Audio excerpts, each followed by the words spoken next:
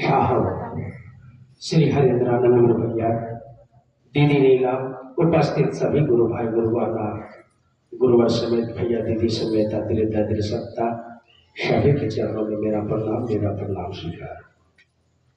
चलिए, मेरा सौभाग्य कि आज इस मासिक चर्चा में आने का मौका मिला। हर महीना का लास्ट सोमवार मासिक से गुरु परिचर्चा में हम सभी गुरु भाई गुरुवाना सभी से मिलने का मौका मिला। ये महादेव की दया है कि आप सभी गुरु भाई गुरुवाना का दर्शन होता है, मिलन होता है। और इस मासिक चर्चा में आके पूरा महीना 30 दिन कहाँ पर चर्चा कैसे हुआ, वो चर्चा सुनकर इस मासिक चर्चा में रखने का प्रयास करते हैं। सारे गुरु भाई गुरुवाना आते हैं, अपने मुखारबिन से, चर्चा के माध्यम से, भजन के माध्यम से हम सभी के बीच इस गुरु मंच से रखने का प्रयास करते, इसलिए कि कहाँ पर चर्चा मांग है, कहाँ पर चर्चा होना चाहिए और कौन सा गुरु भाई गुरुवाना चर्चा के माध्यम से मुख्यालय से आया आदेश, साहब का आदेश किस तरह से पालन करना है, कैसे चलना है,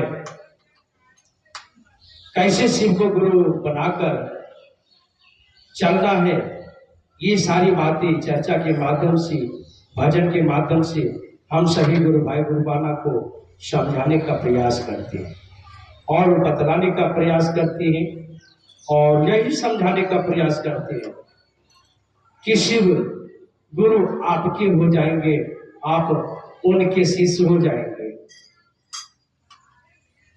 ये रास्ता, ये राजमार्ग बताने वाले हमारे साहब श्री हरेंद्रानंद गुरु भैया और उनकी पत्नी दीदी नीला, जो आज इस संसार में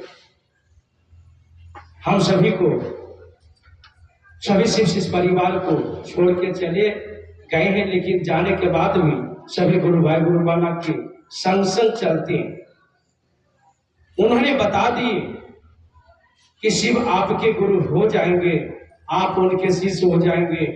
आप केवल शिव को अपना गुरु मानकर उनका शिष्य बनकर 3 काम करें, 3 सूत्र करें।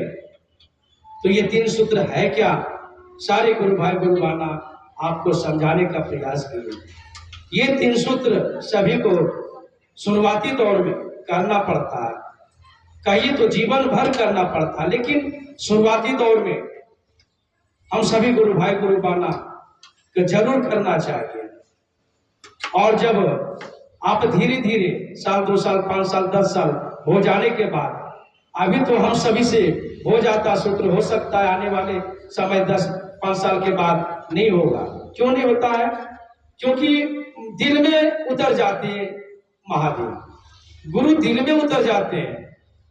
अभी हम लोग बैठकर नमन भी करते हैं, दया भी मांगते हैं, बैठकर चर्चा भी करते हैं, लेकिन आने वाले समय में जब आपके मन के स्तर पर गुरु उतर जाएंगे, उस समय सच में चलते फिरते आपका ये 3 सूत्र हो जाएंगे। लेकिन शुरुआती दौर में करना चाहिए। साहब क्या दिए हैं 3 सूत्र? दया मांगना, चर्चा करना और अपने गुरु को प्रणाम करना। दया मांगना सारे गुरु भाई बता रहे हैं कि उनको कहना है कि हे शिव, आप मेरे गुरु हैं, मैं आपका शिष्य हूँ। अगर गुरु भाई हैं तो कहेंगे शिष्य हूँ, अगर गुरुवाना है तो कहेंगे शिष्या हूँ। हे शिव, आप मेरे गुरु हैं, मैं आपका शिष्या तो शिष्या हूँ, मुझे शिष्या पर दया कर दीजिए। साहब इस प्रकार दया मांगने के लिए बतलाए। और दूसरा सूत्र में चर्चा करना, जो आप समझिए, जो अभी तक ले सारे गुरु भाई गुरुवाना चर्चा के द्वारा, भजन के द्वारा जो आपको समझाने का प्रयास किए, जो आप समझे वही दूसरे को बनाना। गुरु का सर्वश्रेष्ठ काम है गुरु का चर्चा। आप दूसरे को जितना समझाइएगा, जितना बताइएगा, जितना उनका रास्ता क्लियर कीजिएगा, धीरे धीरे आपका खुद मन समझता है। मन ही का खेला है, मन ही का खेला है, मन ही की का खेला है, जो कि आज हम लोग यहाँ बैठकर मासिक चर्चा में बैठकर और गुरु की बातें को सुन रहे, वो ईश्वर की बातें को सुन रहे, वो परमात्मा की बात सुन रहे हैं। मन ही का खेला।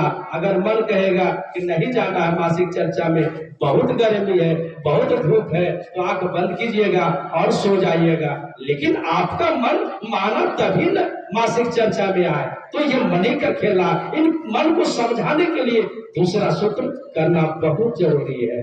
इसके बाद तीसरा सूत्र है, अपने गुरु को प्रणाम कीजिए।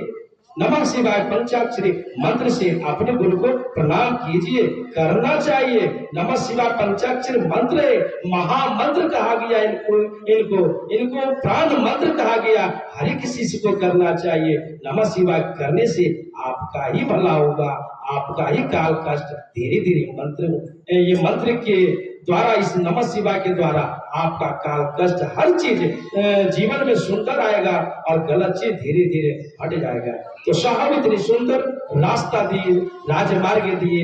बस यही कहना चाहते, जो सारे गुरु भाई गुरु बहन आपको समझाए उसी रास्ते पर, उसी दिशा में चलते रहिए।